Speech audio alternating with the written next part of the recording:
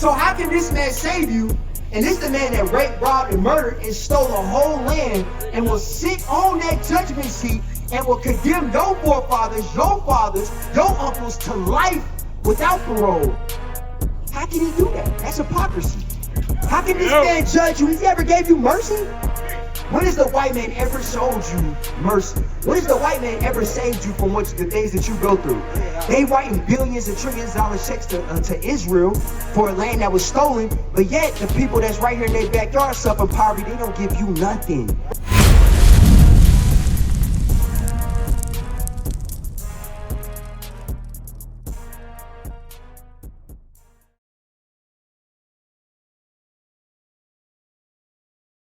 Because doing all this is one thing. Now you've been awakened to your reality and why it's like this.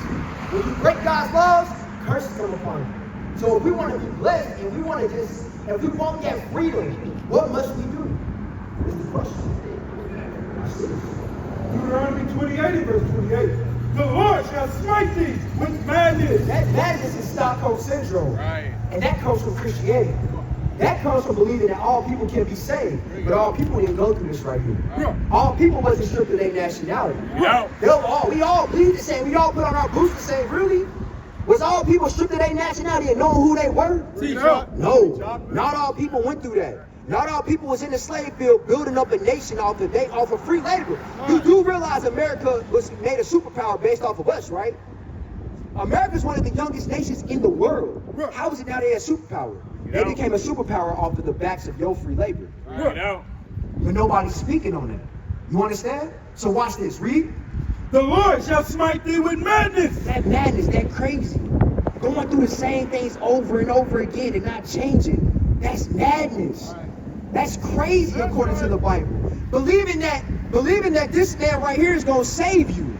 But like Javion said, you been in jail before? You ain't never been in jail. You got cousins and uncles that went to prison though, right? So how can this man save you? And this the man that raped, robbed, and murdered and stole a whole land and will sit on that judgment seat and will condemn your forefathers, your fathers, your uncles to life without parole. How can he do that? That's hypocrisy. How can this man judge you? He ever gave you mercy? When has the white man ever showed you mercy? When has the white man ever saved you from the things that you go through? They writing billions and trillions of dollar checks to Israel for a land that was stolen, but yet the people that's right here in their backyard suffer poverty. They don't give you nothing. You think they give you something when they give you a stimulus check. Oh man, this man so good to us. We think it's good when they give us Juneteenth. Oh man, this man's been so good to us. But you don't even know what you've been owed. They not telling you the greatest people of the book. They not telling you that you the chosen. Stockholm Syndrome will go back to say you'll want salvation for that man right there. Should they tell you that you're the people of the book? Should they tell you? Do they tell you?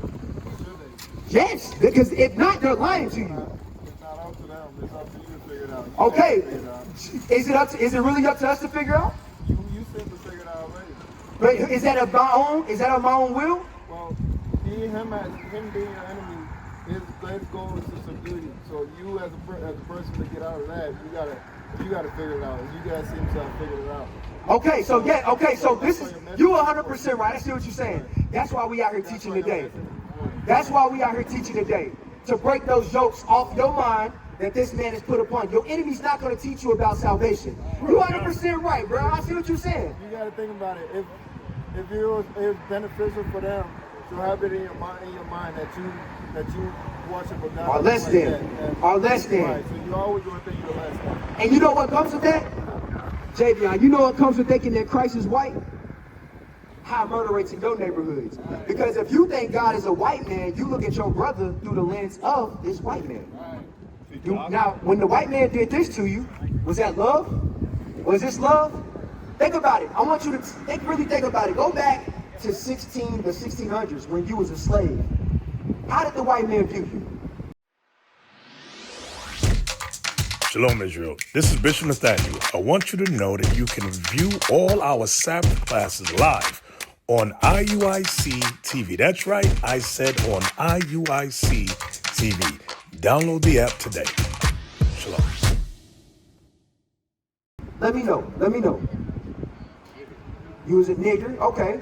And nigger meant What would happen if you was walking down this street and this street light was about to come on? And you see the trunk of them pull up? What would happen? You said dead or torture, right? Now I want you to keep that same mindset. What happens when your ops is on your block and it at the wrong time? What happens? It's a shootout. Why is that? Have you ever questioned why? You seen all the people that died this past weekend, right? Why is that? Because you view your brother through the lens of the white man. Yeah. Like you said, we got to take these yokes off. This is why we got to teach, thus saith the Lord. That's right. Like, give me 1 Kings 8:46 for these brothers. Because all that don't matter. Like, we can sit here and put a glitch in the matrix and make y'all sit there and think for a second. But if y'all don't change, it don't mean nothing.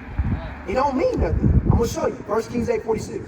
1 Kings chapter 8 and verse 46. If they sin against thee, for there is no man that sinneth not. Because, Javion, you said an honest thing. You said you don't know what sin is. You know what sin is? Sin,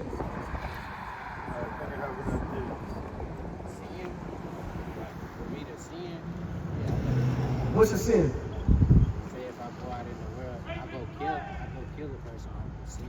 Now I'm going to show you what sin is out of the Bible. If I go, Hold that, hold this, and give me John 17:17. This is how you clean people up.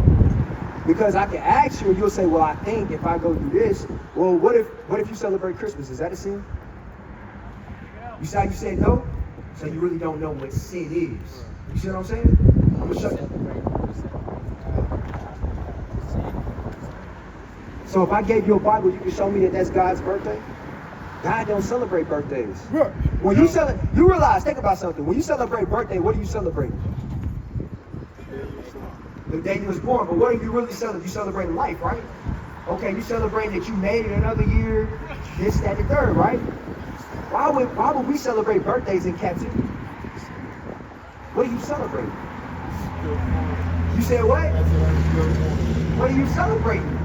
You celebrate another year in the hood, in poverty, being on the bottom? When Christ was on the scene, he was in captivity. So why would he celebrate his birthday?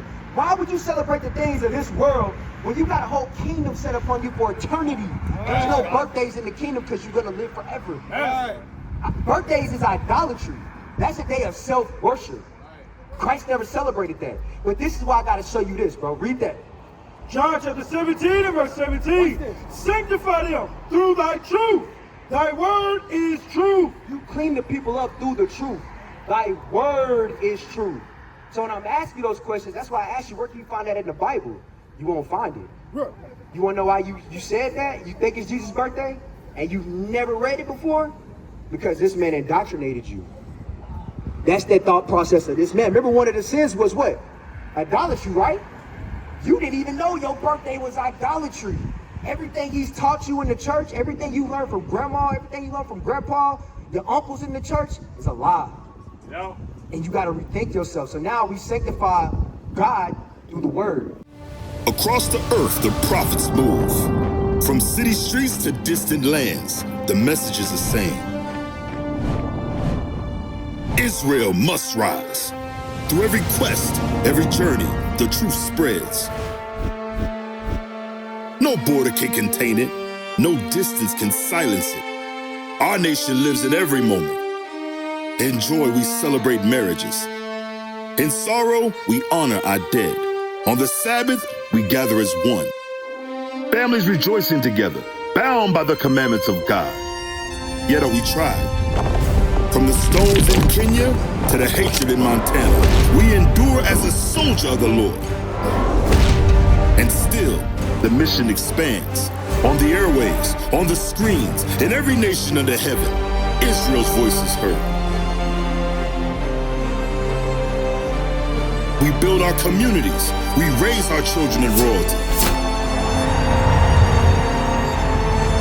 We restore what was broken.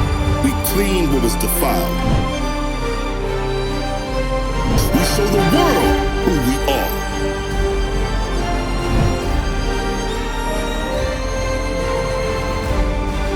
This is Israel united in Christ. Nation in motion. Nation endures.